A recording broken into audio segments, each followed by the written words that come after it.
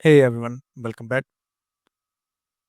So today I'm back with a very interesting topic in terms of how to keep our data secure and to prevent any data breaches when it comes to PII of customer data or the client data. Many a times what happens is we are using still the old way of invoking the parameters in our SQL or Python code. Eh, When we talk about Databricks, the Spark 4.0 has come up with some new features. This is parameter markers. In particular, I will be talking about the question mark parameter marker, why it is much more smarter and safer to use the question mark parameter instead of the old way of using. And I will also come up with a scenario where somebody who wants their dirty hands onto our data, they can make use of or utilize the loopholes in the previous way of parameterizing our code and invoking the parameters, and how Spark very smartly Spark 4.0 eliminated that threat, and now we are much more robust and reliable on the syntax. The way we use the new code, the question mark syntax is much more smarter and much more secure to be used. So how Spark 4.0 eliminated it, and I will also discuss how this feature was unavailable in Spark 3.x, and it was a bit unsafe to call the parameters in the runtime. So let's dip right into it. So if we go to the syntax, so this is very basic, the question mark syntax. So the question mark is the reference to the parameter that we will provide. So instead of using the old ways, we can directly use the question mark.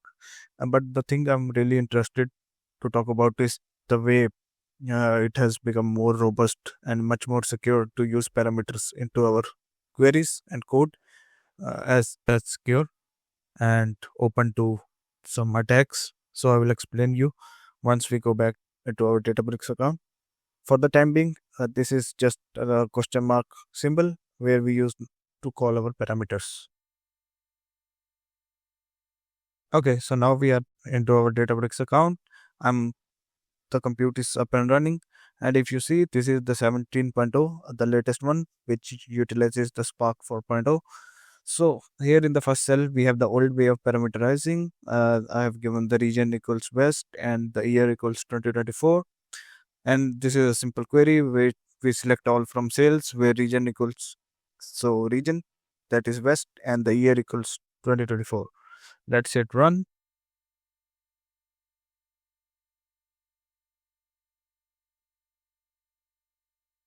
So yeah, there is nothing new in this way. So this is the way we are using for the time being. So it's just the use of f strings of Python into the query, and we see one record here. If I show you all the from sales, all the records, so only one record matches our query, and it is in the output. So this is the one, keyboard west and all. So now let's go back to the new part of parameterizing. This is the new way using the question mark symbol. So the only thing different here is instead of using those braces, we are directly giving the question mark, and region equals to this and near equals to this. And here we have to define a list of parameters. So region and then parameter, and then just we implement the spark.sql for our query and enter the two parameters. First is the query and the second is the parameter.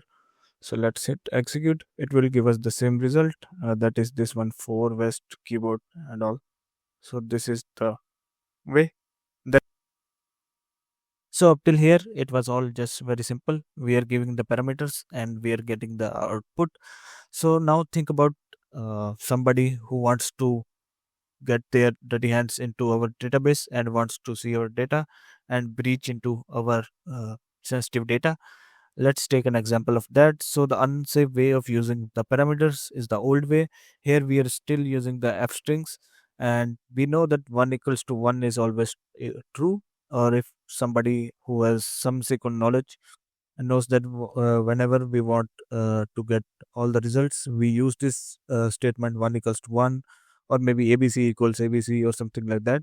So whenever the both the thing on the sides of equal to are the same, the SQL engine reads this as always true and will provide the output.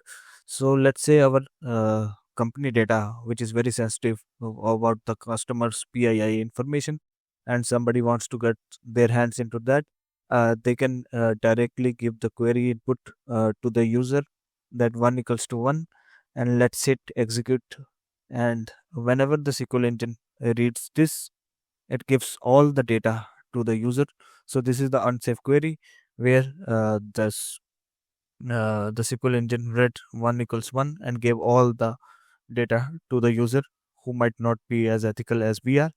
And now let's compare this with the safe way of using the parameters. So let's hit execute for this. So this is using the question mark, and once we use this question mark syntax, this is the safe query. The SQL engine didn't read 1 equals to 1 as is, but instead what the SQL engine did is read this code as a string literal instead of as a SQL code.